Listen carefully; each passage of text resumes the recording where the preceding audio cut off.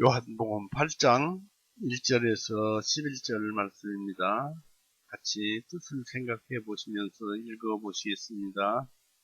읽습니다. 예수님께서 올리브산으로 가시니라. 이른 아침 주님께서 다시 성전으로 들어오시니 모든 사람들이 주님께로 오고 주님께서는 앉으시어 그들을 가르치시니라.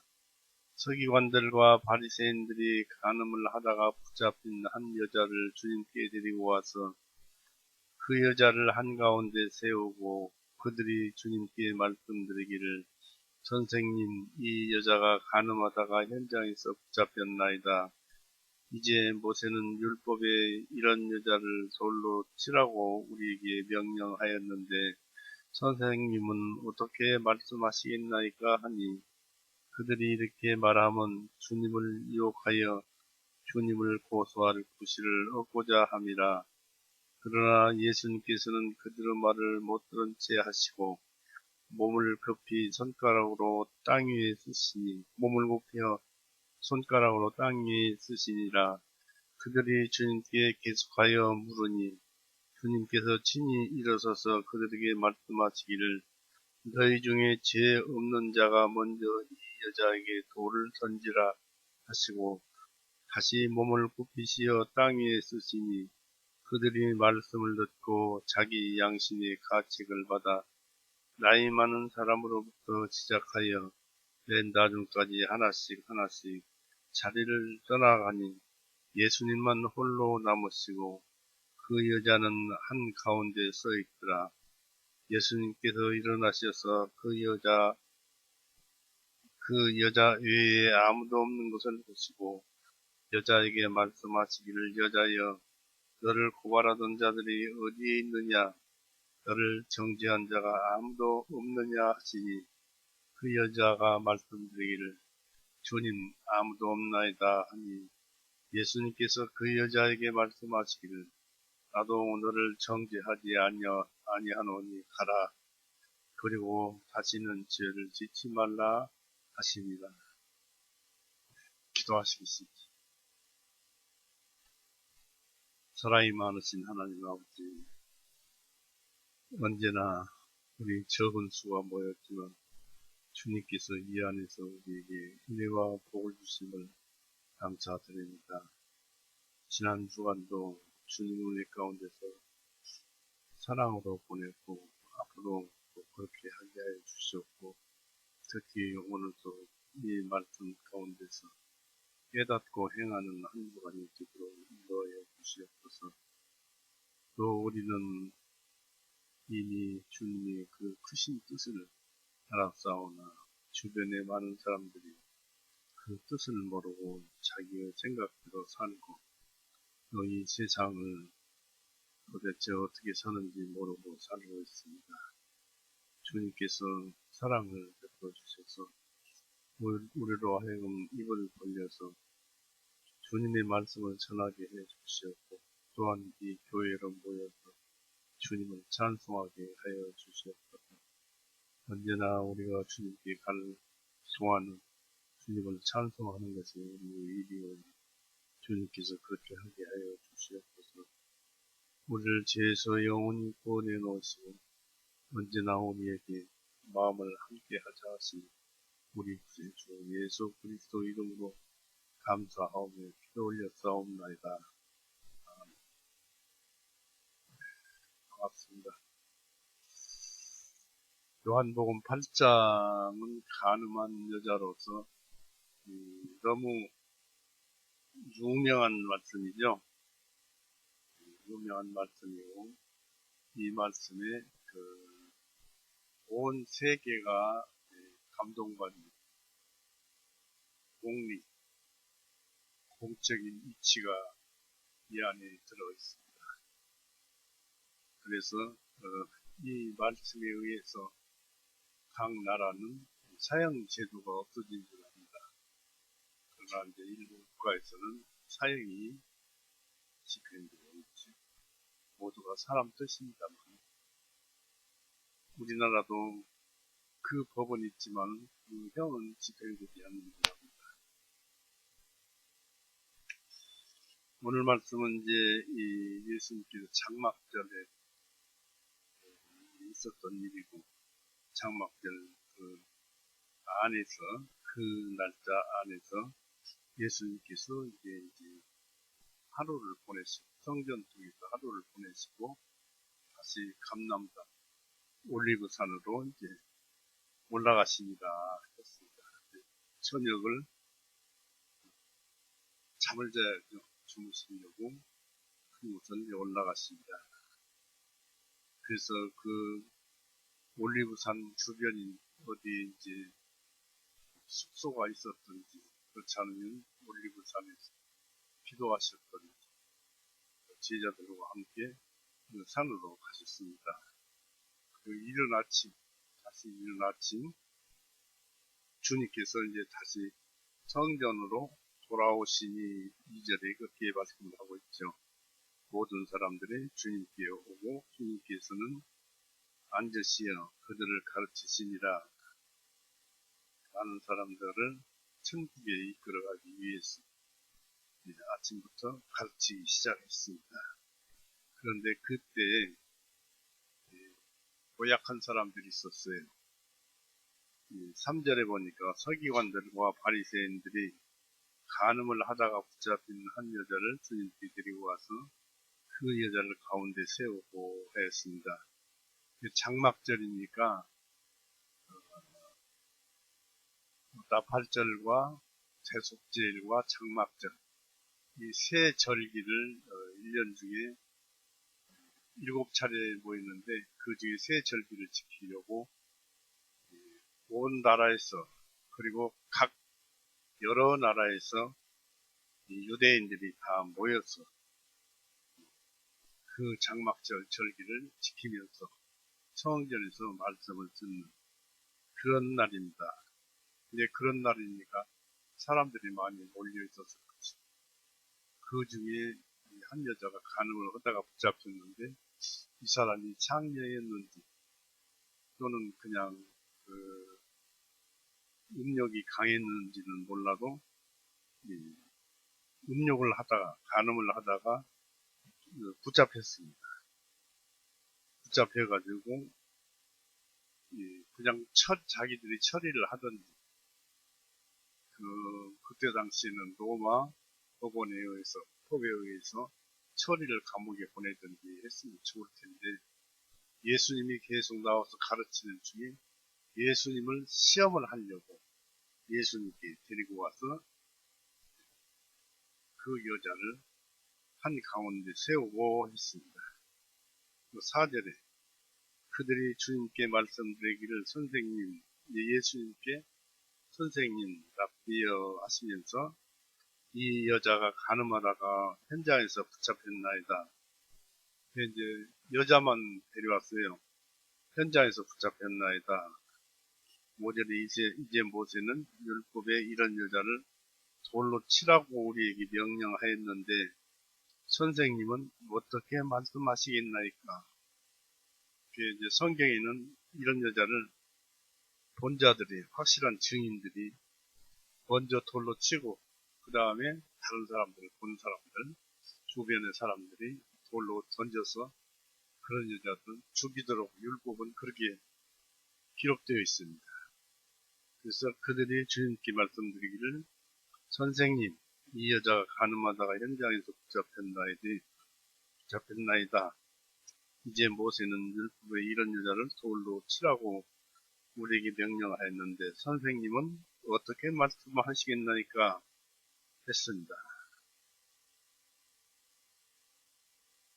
이 바리새인들의 질문의 까닭은 그냥 순수한 마음에서 물어봤으면 좋았을 텐데 이 말씀 자체가 주님을 유혹해서 고소할 구실을 얻고자 함이었습니다. 그래서 이 내용을 자세히 살펴보면은 그 질문의 내용이 주님을 진퇴양난으로 빠지게 하는 아주 고약한 주님을 유혹해서 고소할 구실을 얻고자 함이었습니다. 이러도 저러도 못하게 하는 그런 질문을 던졌던 것이죠. 참으로 예수님께서 어렵고 선택하기가 곤란한 질문이었습니다. 그러나 예수님은 하나님이십니다.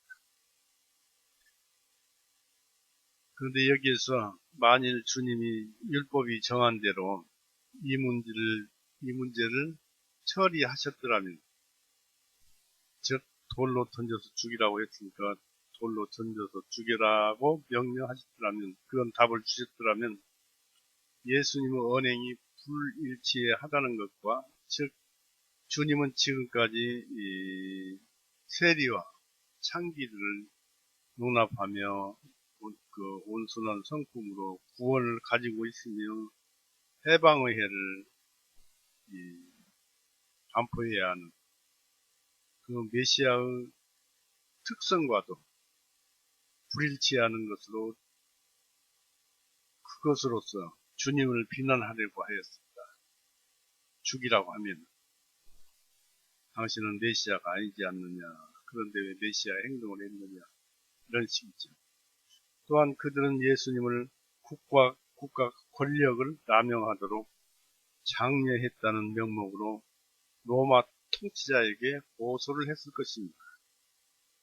한편 만일 주님께서 여자를 용서하고 율법 조문대로 수행되어서는 안 된다는 것, 즉 죽여서는 안 된다는 것, 그런 견해를 바리새인들에게 대해서 온다면 이 서기관들과 바리새인들은 모세의 율법에 대한 적으로서 율법을 수정하고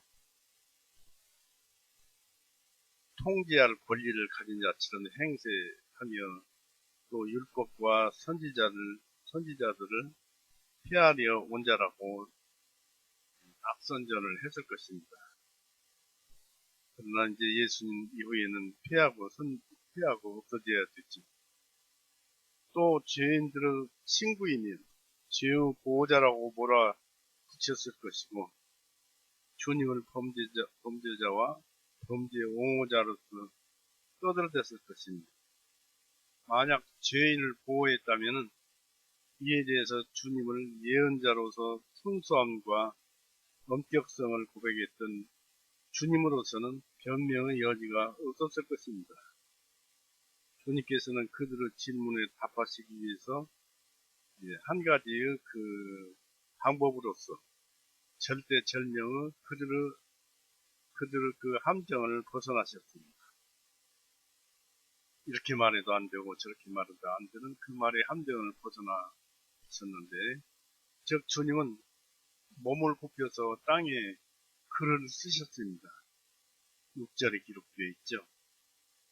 어떤 글을 쓰셨는지는 기록이 안 되어 있으니까 모르지만은 아마 제가 생각하기로는 사람의 마음은 심히 부패한 것이다. 예레미야 17장 한번 볼까요?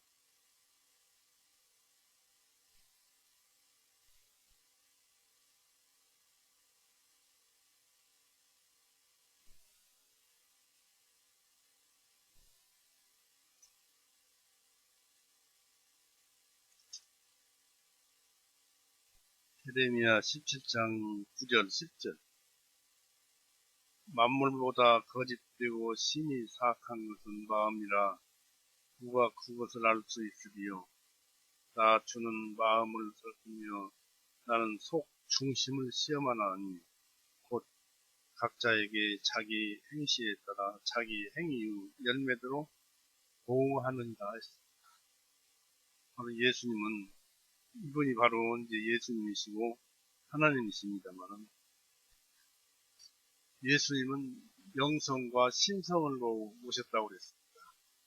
말씀이 육신이 되셔서 오셨고, 그렇기 때문에 예수님은 하나님이십니다. 그분에게는 이 전지전능이 있었지만 그걸 감추고 오셨어요. 그래서 그런 분이신데 모르는 분이 없는데, 그들은 이제 우리가 땅에 쓴 것은 그렇게 읽어봅니다만은, 짐작을 해봅니다만은, 이런 경우를 통해서 예수님은 우리에게 어려운 경우가 닥치면 말을 빨리 내뱉지 말고 천천히 말하도록 가르치실 것입니다. 현인들은 대답하기 전에 말할 것은 미리 마음으로 준비한다고 합니다. 답변이 곤란한 경우에는 답변하지 않는 것이 안전하다고 합니다. 시편 38편을 보십시오.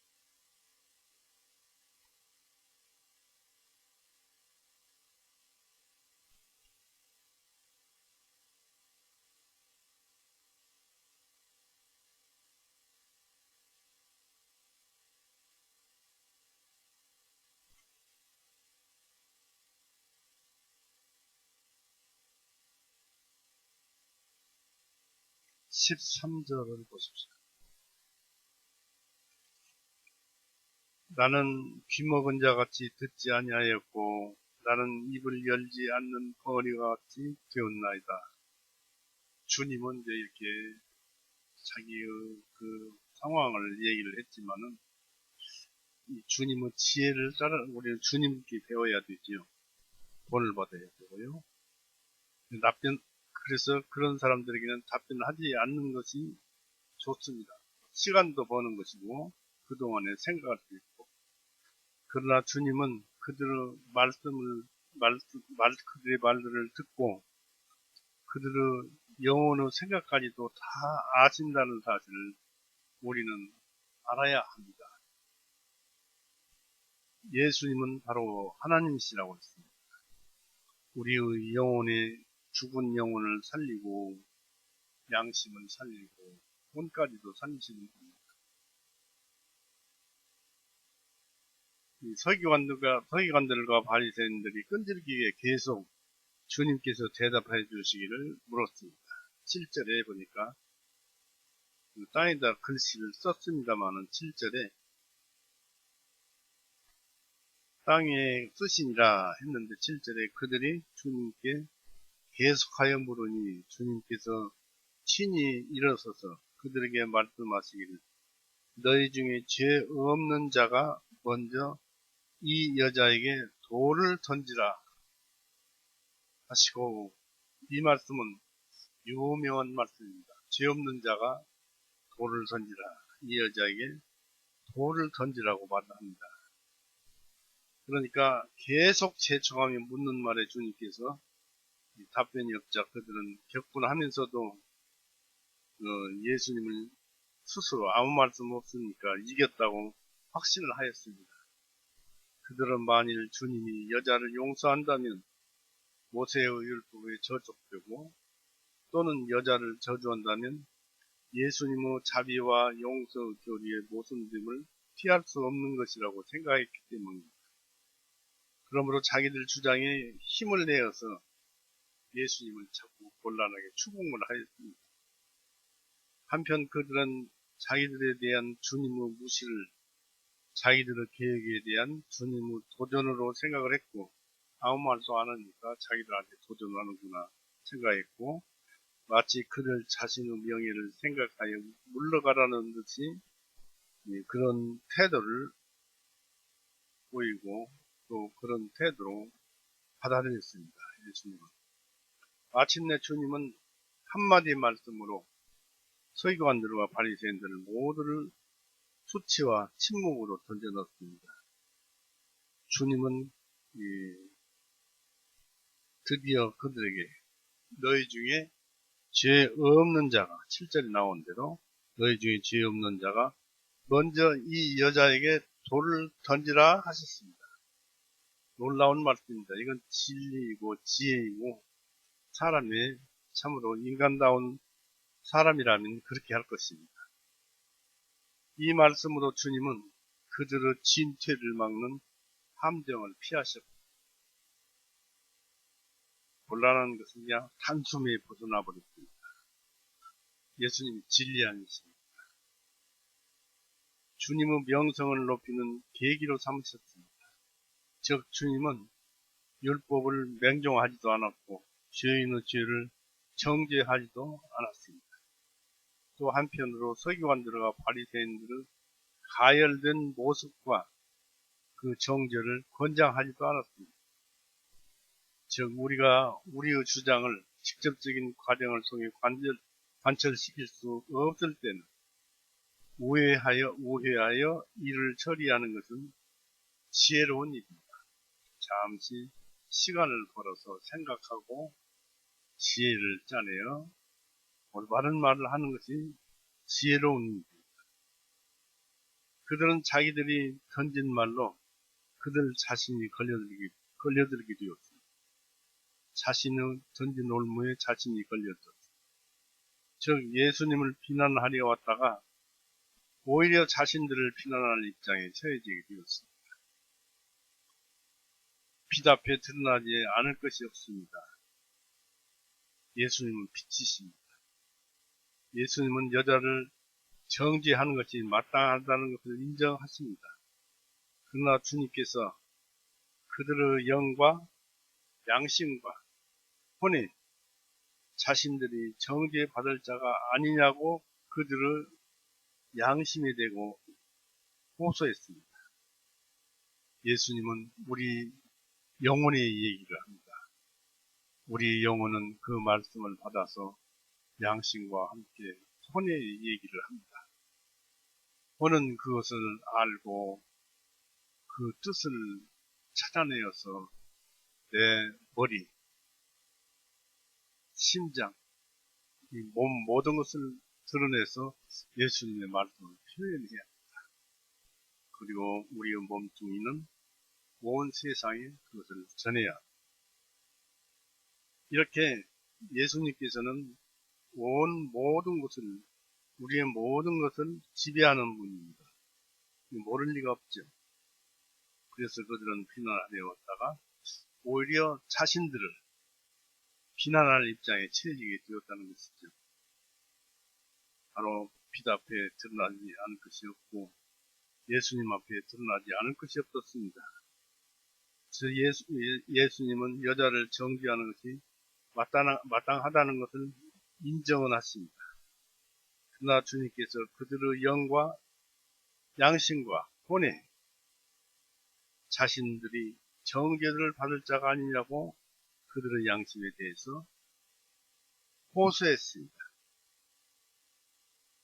바로 다시 한번 말씀드립니다마는 예수님은 우리의 영에 대고 이 얘기를 합니다. 또 우리의 혼에도 이 얘기를 합니다. 주님의 말씀은 모세의 범죄자들을 처형하기 위해서 정한 그 규칙을 상기시켰습니다. 즉 참 증인이 먼저 돌을 던져라. 예수님 말씀이죠. 참 증인이 죄 없는 자가 또 이 여자가 간음한 것을 본 사람이 참 증인이 먼저 돌을 던져라는 규칙을 적용하셨습니다. 신명기 한번 보십시오. 17장.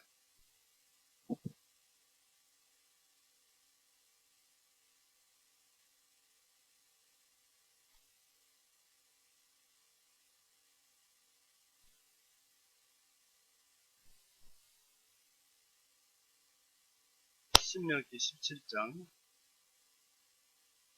6절에서 7절 보십니다. 두 증인이나 세 증인의 입에 따라 죽임을 당할 사람을 죽이고 한 증인의 입으로는 그 사람을 죽이지 말 것이며 그를 죽일 때는 증인들이 먼저 그에게 손을 댄 후에 온 백성이 손을 댈지니라. 이와 같이 너는 너희 중에서 악을 제거할지니라 했습니다. 그리고 수데반이 예수님 온전한 사역 끝에 수데반이 돌에 맞아 죽을 때도 그들이 그렇게 하였습니다. 돌을 먼저 던지고 돌로 죽었고 그때 사도 바울이 옆에서 옷을 지켜주고 맡아줬던 사람이었죠. 사도행전 7장에 기록되었습니다. 이 서기관들과 바리새인들은 이 여자를 정죄할 수 있는 증인들이었습니다. 그러나 이제 주님은 그들 자신의 율법에 따라서 그들이 감히 스스로를 처형자들이 되려고 하는지를 보려고 그들에게 말씀을 제시하셨습니다. 그들이 자신들의 말로서 빼앗으려고 했던 여자의 생명을 정말 돌을 던져서 빼앗으려고 할 것인지, 만일 그들이 그랬다면 주님 말씀의 권능이 그들의 양심이 결코 용납하지 않았을 것입니다. 하나님은 영을 통해서 우리의 마음의 얘기를 합니다. 거듭난 자만 그래. 거듭나지 못한 자는 혼에서 얘기합니다. 예수님께서 그들의 영을 통해서 얘기를 하고 혼을 통해서 얘기를 했습니다. 주님은 논박할 여지가 없는 도덕적 공리, 온 세상에 다 통하는 공리를 세우셨습니다. 즉, 사람들 스스로 범죄하면서 다른 사람들의 죄를 정죄하는데 열심인 것은 대단히 불합리하다고 하셨습니다. 서기관들과 바리새인은 그들 스스로 범죄자라고 생각하는 사람들보다 조금도 더 낫지 않았습니다. 더 낫지 않았습니다. 그들도 범죄자였습니다. 그런데 그들 자신도 똑같은 똑같은 죄를 지었는데, 똑같은 죄를 짓고도 그를 정죄해서 어떻게 할 거냐고, 죽일 것이냐 어쩔 것이냐고 물어본다는 것은 잘못된 일이라는 얘기죠. 왜냐하면 그들 자신이 어떤 죄를 지었든지 그들은 하나님의 법을 어긴 것입니다. 우리가 작은 죄 하나를 지었어도 살인죄를 지은 것이고 간음죄를 지은 것입니다. 야고보서 2장 보십시오. 야고보서가 참 좋은 말씀이 많이 들어있고 이 말씀에서 많은 말씀들이 풀어지고 그럽니다. 야고보서 보세요. 야고보서 2장 10절 보십시오. 누구든지 모든 율법을 지키다가, 하나님의 율법이죠. 모든 율법을 지키다가 그 하나를 범하면 그는 모두 범한 자가 되나니, 이는 간음하지 말라 하신 그분께서 또한 살인하지 말라 하셨기 때문이니, 이제 내가 바로 간음하지 아니하여도 살인하면 너는 율법을 범한 자가 되느니라. 간음한 자가 되느니라 라는 얘기. 그러니까 우리가 세상에 돌아다니면서 죄를 한 가지만 지어도 역시 그것은 하나님의 법이니까, 하나님의 법은 하나에서 나오니까 모든 죄를 범한 것이다. 때문에 우리는 그것을 알아야 합니다. 이런 작은 죄는 괜찮을 거야. 이건 아무것도 아닐 거야. 그러나 하나님 앞에서 큰 죄, 작은 죄가 없습니다. 조그마한 죄도 큰 죄나 마찬가지. 성경은 그렇게 가르쳐 있습니다. 신명기 27장. 또 다른 얘기가 기록되어 있는데,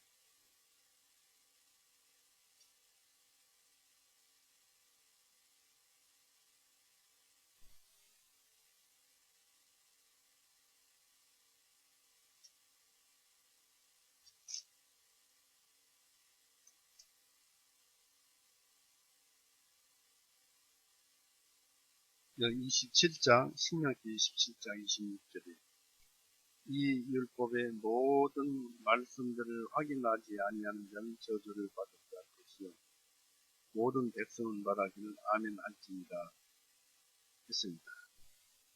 모든 말씀들을 확인하지 아니하는 자는 결국 어떤 죄든지 다 죄는 죽을 죄입니다.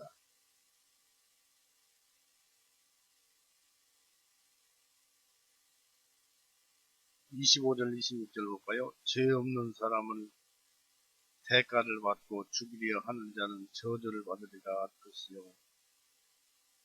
모든 백성은 말하기를 아멘할지니라. 돈 받고 청보살인이죠. 그러니까 살인자도 죽임을 당하고 청부한 사람도 죽임을 당합니다. 이를 보고 모든 말씀들을 확인하지 아니하는 자는 저주를 받으리라 할 것이 모든 백성은 이르기를 아멘할지니라. 그래서 어떤 죄를 범하든지 죽여야 한다는 것, 또 어떤 율법을 범하든지 그는 마땅히 죽어야 한다는 것을 여기에서 얘기를 하고 있습니다. 그리고 로마서 6장 23절 유명한 말씀 있죠? 찾아보세요.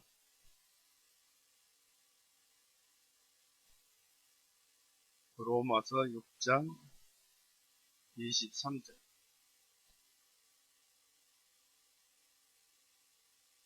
이는 죄의 싹은 사망이요 했습니다. 어떤 죄든지 죄를 지으면 그 싹은 사망이요.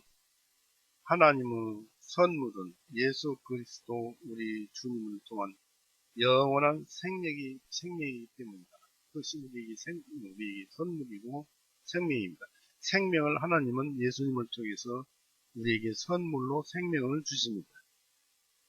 그리고 죄의 싹은 만약에 생명을 얻지 않고 죄를 지으면 죄의 싹은 사망인데 바로 이 죄를 지으면 어떤 작은 죄, 큰 죄 없이 다 사망이라는 것을 알려줍니다. 그러니까 우리는 아무리 선하게 살았다고 자신이 얘기를 하더라도 조그만 죄만 지어도 그는 죽임을 당합니다. 지옥을 가야 한다는 얘기입니다. 그러니까 믿지 않고 생명을 얻지 않으면 천국을 갈 수가 없어요. 그래서 이는 죄의 싹은 사망이요. 그래서 그러므로 너희 중에 누구라도 죄 없는 자가 있다면 큰 죄를 포함하여 본성의 죄까지도 없는 자가 있다면 그 여자에게 돌을 던지도록 하라고 말씀하셨습니다. 본성의 죄라는 것은 양심의 죄를 얘기합니다. 하나님의 대리인이고 그것을 양심이라고 합니다. 양심까지도 죄가 있는 자는 죽어야 돼. 이 육신으로만 죄를 지은 것이 아니고 마음으로 죄를 지은 사람도 죽는다는 것입니다. 양심은 죄를 판단해 줍니다만은 양심을 속이고 죄 안 지은 사람은 없을 것입니다. 이런 것은 괜찮을 거야 하는 것도 양심이 몰라서 짓는 죄지만 양심이 속인 것입니다. 그래서 큰 죄를 포함해서 본성의 죄까지 없는 자가 있다면 그 여자에게 돌을 던지라. 다 죄가 있다. 라고 말씀을 하십니다. 그렇다고 죄를 판단하는 법관들이 자기들에게도 죄가 있는 것을 인정하는 이상 법관들도 죄 없는 사람이 없잖아요. 다 죄인들이죠. 양심으로 죄를 짓고 또 우리 신앙적으로도 죄를 짓는 사람이 있고 안 짓는 사람이 있겠습니다만 죄 없는 사람이 없잖아요. 이렇게 죄가 있는 것을 인정하는 이상 다른 죄인들의 죄를 묵인해 주라는 뜻의 말씀은 아닙니다. 여기서처럼 그렇다면 어떻게 해야 하겠습니까? 여기서 우리가 타인의 죄를 발견하게 되면 우리 자신을 그것을 보고 반성을 하고 타인의 죄보다 자신의 죄를 더 엄히 다스려야 합니다. 나에게도 저런 죄가 있었구나. 엄히 다스려야. 또 죄를 사랑해서는 안 되겠지만은 그 죄를 진 자에게 대해서는 애정을 가져야 합니다. 그도 사람이기 때문에 죄를 졌다. 어쩔 수 없는 사정에서 죄를 지었다라고 애정을 가지고 그가 회개하도록 인도해야 한다는 것입니다. 그리고 우리 자신들과 우리 자신의 왜곡된 본성을 생각하면서 양심도 휘어졌으니까 그런 것을 생각하면서 온순한 정신으로 죄인들을 회복시켜 줘야 합니다. 전도에서 생명을 얻게 해야 할 것입니다. 왜냐하면 아무리 구원을 받아도 그 사람이 죄 안 짓는 사람 없습니다. 구원 받아도 죄를 짓습니다. 사람은 죄를 떠나서는 살 수가 없는 것이 사람입니다. 때문에 죄를 지을 때는 그것을 생각을 해서 본성 때문에 짓는 것이니까 또 육신을 입어서 죄를 짓고 또 세상에는 타고나면서 죄를 가지고 세상에 왔기 때문에 죄를 떠나서는 살 수가 없어요. 그런 것을 생각하면서 온순한 온건하고 순전한 마음으로 그런 정신으로 죄인들을 회복시켜 줘야 합니다. 그렇지만 또 인도하에 그것은 우리가 그들과 마찬가지이거나 마찬가지였던지 앞으로 마찬가지가 될지도 모르기 때문입니다. 우리는 언제 그 사람과 똑같은 죄를 질지도 모르기 때문에 이것이 우리의 형제에게 돌을 던지는 것으로부터 또 외쳐대는 것으로부터 우리를 억지시켜 줍니다.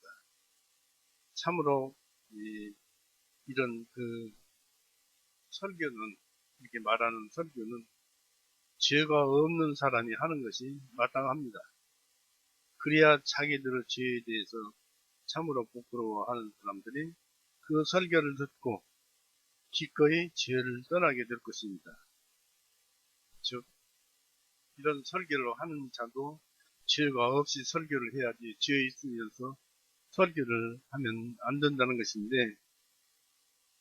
그래서 저도 이 설교도 어떨 때는 이런 흉내만 냈던 때가 많습니다. 여기서 주님은 세상에 이루려고 하셨던 위대한 사업, 곧 죄인들을 회개하게 하는 일을 부분적으로 이루어 놓으셨습니다. 주님은 파괴하기 위해서가 아니라 구원하기 위해서 오신 것입니다. 주님은 죄인인 여자에게 자비를 보여줌으로써 그 죄인을 회개시키려는 목적을 달성했을 뿐만 아니라 그들에게 자기들의 죄들을 보여줌으로써 그 박해자들 역시 죄를 깨닫게 하셨습니다. 서기관들과 바리새인들도 그 죄 있는 자가 돌을 던지라 하는 그 말씀으로 그들을 깨우쳤습니다. 그들은 주님을 공경에 빠뜨리려고 했으나 주님은 그들을 깨닫게 하고 돌아서게 했습니다. 이같이 피해 굶주린 자는 의로운 사람을 미워하지만은 의로운 자는 악인의 영혼을 구하기를 바라십니다. 참 우리의 그 삶은 죄와 한시도 떨어질 수 없는 그런 삶이기 때문에 단지 교회에 나와서 말씀을 듣고 또 집으로 돌아가 버리면 돌아가는 죄를 짓고 마찬가지가 됩니다. 그러나 하나님은 그가 노력을 해서 죄와 싸우려고 하는 것을 봅니다. 그것은 곧 믿는 마음을 가지고 있기 때문입니다. 하나님은 그것을 보십니다. 서기관과 바리새인들에게 이 놀라운 말씀을 주신 후에 그들이 그 말씀을 자기 본성에 비추어 생각할 수 있도록 몸을 굽히셔서 또 땅 위에 글을 쓰셨습니다. 예수님의 죄 없는 자가 먼저 이 여자에게 돌을 던지라는 말씀은 그들의 폐부를 찔렀습니다. 처음 들어본 말씀이죠. 세상에 두루 널리 알려진 이 공리, 이 말씀은 참 진리였어요. 죄 없는 자가 돌을 던지라. 그 바리새인들과 서기관들의 폐부를 찔렀습니다. 주님은 아마 그들의 죄를 두 번째 땅에다 글을 쓰실 때는 예레미야 17장 말씀을 쓰셨지 않았을까 생각됩니다. 예레미야 17장 보십시오.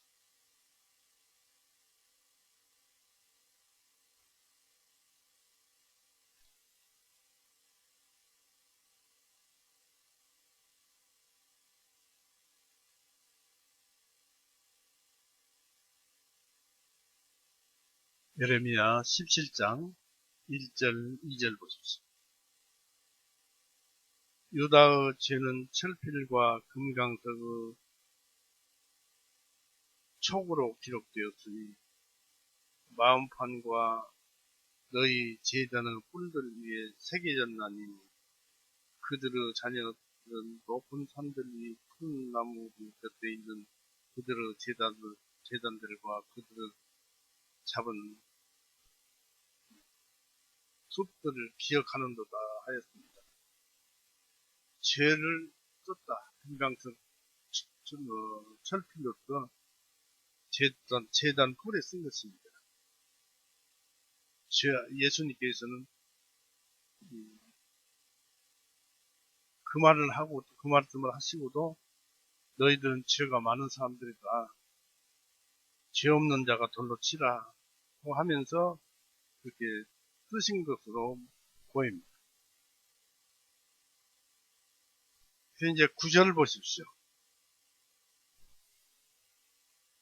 요한복음 8장 9절.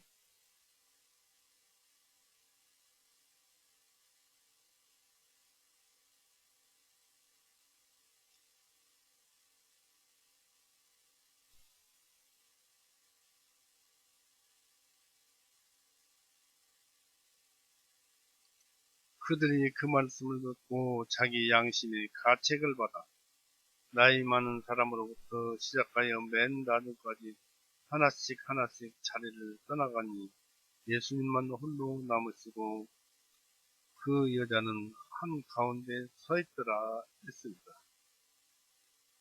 바리새인들과 이 서기관들의 양심이 찔림을 받았어요. 양심의 가책을 받았어요. 그들은 주님께 머리를 숙여 고백하기보다는 그 자리를 피하는 것을 택했어요. 참으로 어리석은 자. 자기들을 그 놀랄 만큼 진퇴양난의 아주 최고의 지혜를 짜서 그런 말을 할 줄 아는 사람이 이러한 그 참 진리를 만났을 때 그 앞에 엎드려서 예수님께 배워야 했을 텐데 오히려 피했습니다. 참으로 이때 당시 이 순간은 말씀의 하나님 예수님의 신성이 드러나는 순간이었습니다. 죄인들의 영혼과 양심은 여지없이 말씀으로 예리하게 찔러 깨닫게 하신 것입니다.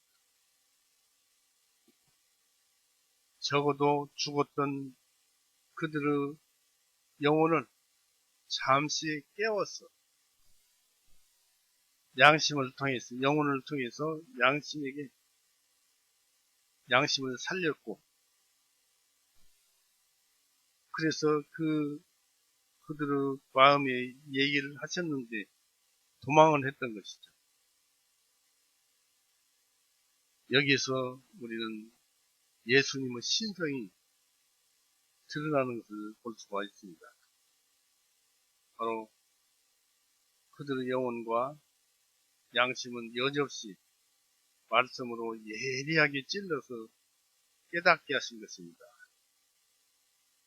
히브리서 4장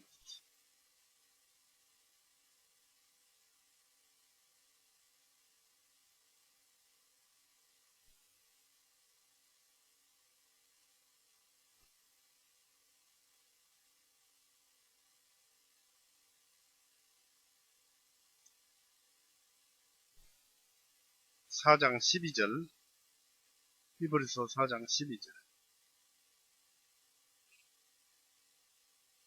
이는 하나님의 말씀은 살아있고 강력한 힘이 있어 어떤 양날선 검보다도 예리하여 혼과 영과 관절과 골수를 찔러 가르기까지 하고 마음과 생각들과 의도들을 판별하시는 분이시니라.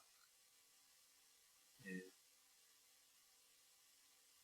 하나님은 우리의 영을 통해서 우리에게 거듭난 자는 우리의 영을 통해서 우리에게 말씀을 하십니다만은 성령을 통해서 성령님이 우리 안에 우리 영 안에 들어와서 우리의 영을 통해서 우리 혼들에게 말씀이 진리가 전달이 됩니다만은 여기서 보니까 어떤 양날선 검보다도 예리하여서 혼과 영과 관절과 골수를 찔러서 그 죄가 있는 것마다 다 표현해서 다 드러내어서 그 마음의 생각들과 혼이 가진 생각들과 혼이 가진 의도들, 마음의 생각들과 의도들을 다 판별하십니다. 죄의 말을 하느냐, 그냥 올바른 말을 하느냐, 틀린 말을 하느냐, 판별을 하시는 분입니다. 때문에 하나님 앞에서는 속일 사람이 없습니다. 예수님 앞에서는 속일 사람이 없습니다. 그리고 이것에 의해서 영향을 받은 사람은 구원을 받을 수가 있습니다. 그래서 이런 방법을 통해서 하나님은 말씀으로 그 죄 없는 자가 죽이라 하는 그 말씀으로 그들을 깨닫게 하셔서 그 스스로 판단하도록 하게 하십니다. 하나님이 어떤 분이십니까? 예수님이 어떤 분이십니까? 그들은 섬뜩한 놀라움에 떨었을 것입니다. 이 죄인 여자도 떨었을 것입니다. 죄인 여자도 가늠한 여자도 떨었을 것입니다. 하지만 여자는 회개를 했어요. 도망가지를 않고 끝까지 남았었습니다만은 바리새인들과 서기관들은 장로부터 시작해서 젊은 사람까지 다 이 말씀을 듣고 떨어서 무서워서 도망을 가버렸어요. 예수님을 떠나서 가면 어디로 갑니까? 지옥으로 가는 것밖에 없습니다. 우리가 말씀을 떠나서는 어디로 가겠습니까? 이 성경 말씀 속에는 조금 전에도 말씀을 드렸습니다만 하나님의 영성이 들어있어서 말씀 안에 그 믿음과 성령이 있어요. 그 모든 능력과 모든 원리와 하나님의 성품이 그 안에 있어서 우리에게 놀랍게 이 말씀으로 말을 하는 것입니다. 말씀을 주고 있습니다. 이 성경을 잘 읽어보면 우리 유익이 되고 하나님을 만날 수 있는 그런 기회가 되는 것이 성경을 보는 것입니다. 그 소원이 있으면 성경 말씀을 보고 성경 말씀에게 부탁을 해보십시오. 그러면 성경 말씀에 의해서 자기의 능력을, 은혜를 베풀어 주실 것입니다. 그래서 우리는 여기서 보면은 다 도망을 가는 것은 이제 나옵니다만, 그래서 구원은 찾는 자가 찾습니다. 여자는 스스로 죄를 인정하고 선하신 주님의 처분만 기다렸어요.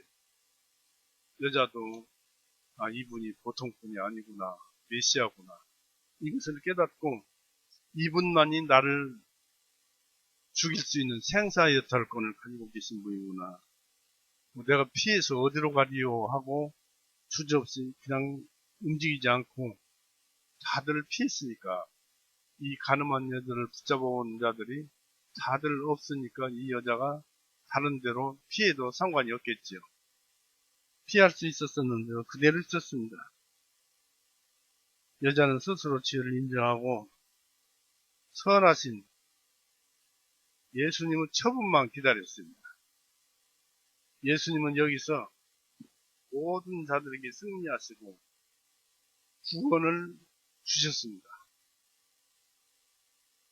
여자에게 구원을 주셨어요. 예수님이 이때는 피를 안 흘렸어요. 골고다에서.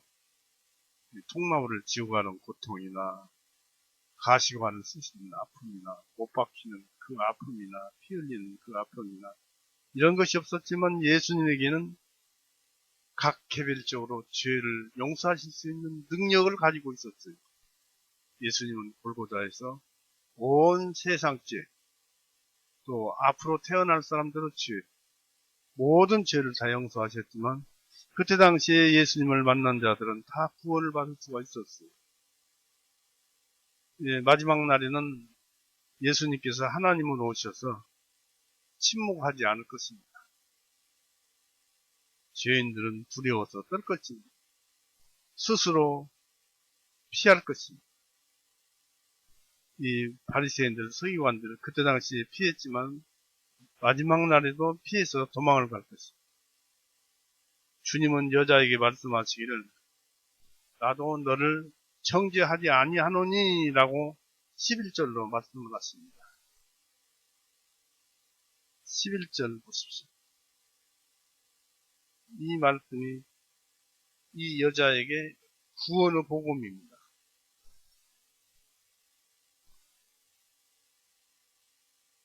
만약에 이 말씀이 없었다면 그 여자는 구원을 못 받아요. 이 말씀을 믿고 구원을 받은 것입니다. 요한복음 8장 11절 10절부터 볼까요? 예수님께서 일어나셔서 그 여자에게 아무도 없는 것을 보시고 여자 외에 아무도 없는 것을 보시고 여자에게 말씀하시기를 여자여 너를 고발하던 자들이 어디 있느냐 너를 정죄한 자가 아무도 없느냐 하시니 그 여자가 말씀드리기를 주님 아무도 없나이다. 여기에서 이 여자는 놀랍게도 예수님을 주님이라고 부르고 있습니다. 마음이 이미 찢어졌지. 주님 아무도 없나이다 하니 예수님께서 그 여자에게 말하기를 나도 너를 정죄하지 아니하노니 가라. 이 말씀이 구원의 말씀입니다. 구원의 복음이 그 여자에게 인쳐주는 말씀입니다. 이 말씀이 없다면 그 여자는 구원을 못 받아요. 그래서 구원받을 때 누구에게나 다 나도 너를 정죄하지 아니하노니 가라는 말씀 그런 것입니다. 다른 표현. 그러나 다시는 그리고 다시는 죄를 짓지 말라 하십니다. 앞으로 또 그런 죄를 지어서 율법에 저촉되어서 죽지 말라. 넌 구원을 받아서 이미 생명을 얻었지만은 그런 죄를 지어서 죽을 수가 있으니까 세상 법으로 죽을 수가 있으니까 가서 다시는 죄를 믿지 말라 하신 것입니다. 즉 주님은 여자에게 말씀하시기를 나도 너를 정죄하지 아니하노니 가라. 그리고 가서 다시는 죄를 짓지 말라 하셨습니다. 모든 심판은 예수님께 맡겨야 합니다. 우리도 이 혹간 죄를 지면은 성경을 보십시오. 그리고 성경 말씀의 죄를 자복하십시오. 자복하고 거기에서 나오는 그 답변에 따라서 행동하고 거기에서 나오는 그것에 따라서 행함의 판결을 받아서 행동하십시오. 그러면은 주님은 우리에게 찬송을 부를 수 있는 그 마음을 주십니다. 그래서 죄를 자복하는 자, 그리고 예수님께 오는 자는 더 이상 정죄가 없습니다. 그리고 우리 자신을 알아야 돼요. 우리 자신은 죄와 떨려서 살 수 없는 그런 존재라는 것. 그렇기 때문에 죄와 항상 같이 하지만 거듭난 자는 항상 죄가 이제 거듭났으니까 죄를 지어도 상관없이 살아도 된다는 그런 마음이 없어요. 거듭난 자는. 오히려 내가 행해나 죄를 일까봐 더 조심하고 또 조심하는 그런 사람이 구원받은 자입니다. 그런 사람은 죄를 지었어도 다시 주님께 돌아와서 자백을 하고 자복을 하고 자기의 행위를 고치고 예수님께로 돌아섭니다. 그래서 예수님께 돌아온 자는 더 이상 정죄가 없습니다. 골고다의 주님을 우리가 바라봐야 할 것입니다. 그분이 모든 것을 가져가셨어요. 통나무를 지고 가다가 넘어지자 다른 사람을 시켜서 짊어지고 그 골고다 그 동산에 가서 나무에 살아있는 나무라고 합니다. 그 살아있는 나무에 묶이고 그 다음에 가시관 쓰셔서 얼굴에는 피를 흘리고 손과 발에는 못을 박히고 말이 쉽지 손과 발에 못이 박힐 때 그 통증은 이루 말할 수가 없을 것입니다. 보통. 또 거기에다가 중력의 그 힘이 사람을 굉장히 고통을 준답니다. 즉 못으로 팔이 찔려 있고 다리가 못에 박혀 있는데 몸무게가 밑으로 내려가려고 하니까 그 못에 눌려서 그 손에 발에 힘이 전달되어서 그 고통은 이루 말할 수가 없답니다. 그런 아픔을 겪으시고 피 흘리시고 죽으시고 우리의 모든 죄를 용서하셨고 특히나 아는 자는 다 알 것입니다만 정오에서 오후 3시까지 하늘이 캄캄했죠. 그 순간에 예수님은 엘리 엘리 라마 사박다니 그 말씀은 하나님 어찌하여 나를 버리셨나요? 예수님의 인성이 하나님과 당분간 단절되는 하나님과 단절되는 그 순간은 무엇을 뜻합니까? 외톨이가 되는 것입니다. 고독한 자가 되는 것입니다. 그리고 그 고통은 이루 말할 수가 없지. 아무도 없는 곳, 아무 그런 속에 지옥의 맛을 예수님께서 우리 대신 지옥까지도 경험을 하시고 체험을 하시고 우리 대신 지옥을 맛을 보시고 있습니다. 때문에 우리는 예수님께서 죄는 죽어야 하는데 그 죄로 인해서 예수님께서 대신 죽어주시고 죄인은 지옥 가야 하는데 예수님께서 대신 지옥 가주시고 그래서 우리는 완전한 죄가 용서가 된 것입니다. 그래서 우리는 한없는 은혜를 입고 사는 것입니다. 이것을 누가 알겠습니까? 믿는 자는 알죠. 이런 보물을 가졌어요. 그것이 구원의 복음이고 구원의 보물입니다. 이것이 말씀으로 우리 심령 안에 전달이 되어서 우리 영혼에 그것을 짊어진 것이 아니고 우리 영혼 안에 그것을 가지고 보물창고에 넣어서 가지고 그렇게 살고 있습니다. 우리는 그것을 참 감사해야 할 것입니다. 왜냐하면 우리에게는 자유의지가 주어져 있었어요. 죄를 지을 자유의지도 있었고 죄를 짓지 않을 자유의지도 있었고 그러나 사람은 어쩔 수가 없기 때문에 예수님께서 오셔서 우리를 사랑하셔서 이렇게 주어주신 것 항상 언제나 감사하십시오. 로마서 4장 한번 보시겠습니다.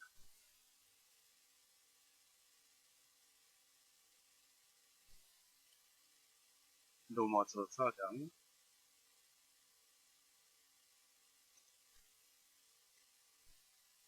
1절에서 3절 로마서 4장 1절에서 3절 그런즉 육신에 관하여 우리가 우리 조상 아브라함이 무엇을 얻었다 하리요. 이는 만일 아브라함이 행위들로 말미암아 의롭다 하심을 얻었다면 그것에 대하여 자랑할 것이 있을 것이나 하나님 앞에서는 없기 때문이다. 세상에서 자르고 잘자르지 않는 것은 맨 죄 가운데 사는 것이니까 하나님 앞에 자랑할 것이 없다는 얘기다. 그런 것만 가지고는 천국에 갈 수 없다는 것이지. 3절 보십시오. 이는 성경 기록이 무엇을 말씀하시느냐. 아브라함이 하나님을 믿었더니 이것을 그에게 의로 여기셨느니라. 믿음만이 하나님께서 내 죄를 용서하셨다는 그 믿음만이 우리를 의롭게 하십니다. 왜 그럴까요? 예수님께서 우리를 위해서 모든 고통을 받으시고 버림을 받으시고 그렇게 함으로써 우리의 죄를 용서하셨죠. 용서하신 그 자체가 의롭지요. 그 의가 믿는 자에게 전달되어서 우리도 그 의에 의해서 의로운 자가 된 것입니다. 그래서 이는 성경 기록이 무엇을 말씀하시느냐? 아브라함이 하나님을 믿었더니 이것을 그에게 의로 여기셨느니라. 아브라함이 의로 여긴 것은 하나님을 믿은 것이고 우리도 의로 여기심을 받은 것은 예수님께서 골고다에서 피를 흘리시고 죽으신 것을 이것이 의인데 그것을 믿었더니 그 믿음을 하나님께서 의로 여기신 것입니다. 고린도 후서 5장 보십시오.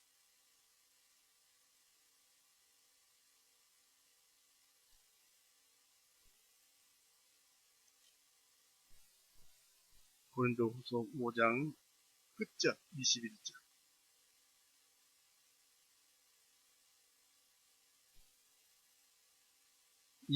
고린도 후서 5장 21절.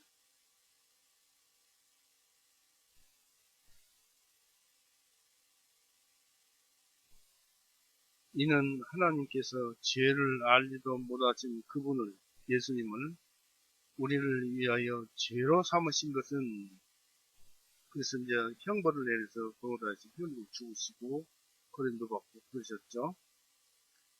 우리로 하여금 그분 안에서, 예수님 안에서 하나님은 의가 되게 하셨기 때문이다. 예수님은 죽으심 때문에 믿음으로 인해서 예수님과 연합되어서 예수님이 의로워졌기 때문에 우리는 그 예수님을 믿음으로써 예수님과 한 몸이 되어서 의로워진 것입니다. 그래서 우리가 의인이 되었습니다. 이제 우리는 이 믿음으로 의로웠기 때문에 천국을 갈 수가 있는 것입니다. 이런 은혜를 가지고 있어요. 조금씩 이제 우리는 눈을 넓혀야 할 것입니다. 에스겔서 36장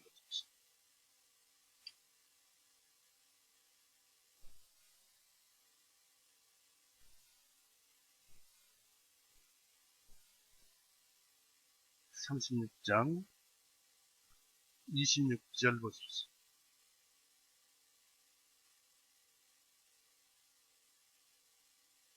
찾았죠? 내가 너희에게 새 마음을 주고 너희 속에 새 영을 넣으리라. 내가 너희 육체에서 돌 같은 마음을 없애버리고 내게 살같이 부드러운 마음을 주리라. 이게 무슨 말씀입니까? 새 마음을 주고 너희에게 새 마음을 주고 너희에게 우리 마음속에 새 영을 넣으리라. 우리가 예수님 믿음으로 영이 살아난 거예요. 영이 살아나니까 당연히 마음이 새로워지니까 새 마음을 주고 내가 너희 육체에서 그리고 육체에서 이제 비로소 그 악한 생각들이 악한 행동이 없어질 때 돌 같은 그 마음을 없애버리고 내게 살같이 부드러운 마음을 주리라 했습니다. 이와 같은 일은 우리가 예수님께서 우리의 죄를 용서하신 이 사실 한 가지 믿어서 그리 된 것입니다. 예레미야 31장.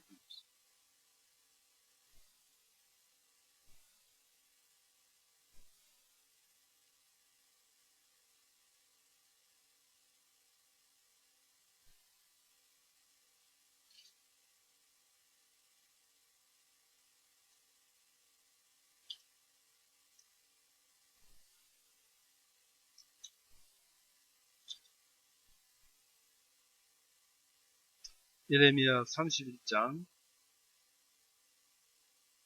33절 보십시오. 예레미야 31장 33절 그러나 주가 말하노라. 이것이 이스라엘 집과 더불어 세울 그 언약이 되리니 그 날들 이후로 내가 내 법을 그들 가운데 두며 그들의 마음속에 그것을 기록하여 나는 그들의 하나님이 되고 그들은 나의 백성이 되리라. 그 날들 이후로 예수님께서 우리를 위해서 피 흘리고 죽으신 그날, 바로 그 날들 이후로 날들이라고 기록되어 있는 맞아요. 3일 밤낮을 3일 밤낮을 무덤 속에 계셨죠. 그런데 우리가 이 3일 밤낮을 시간 때문에 이상하게 생각합니다만은 이스라엘은 하루가 1시간만 되어도 예를 들어서 어젯밤에 1시간만 또는 한 10분만 30분만 되었어도 그날을 하루로 쳐준답니다. 그래서 실질적으로는 예수님께서 제대로 72시간이 아니라 그 안에 부활하셨다고 우리는 말을 할 수 있는 것입니다. 3일 밤낮. 그거에 너무 얽매이지 말고 숫자에 얽매이지 마십시오.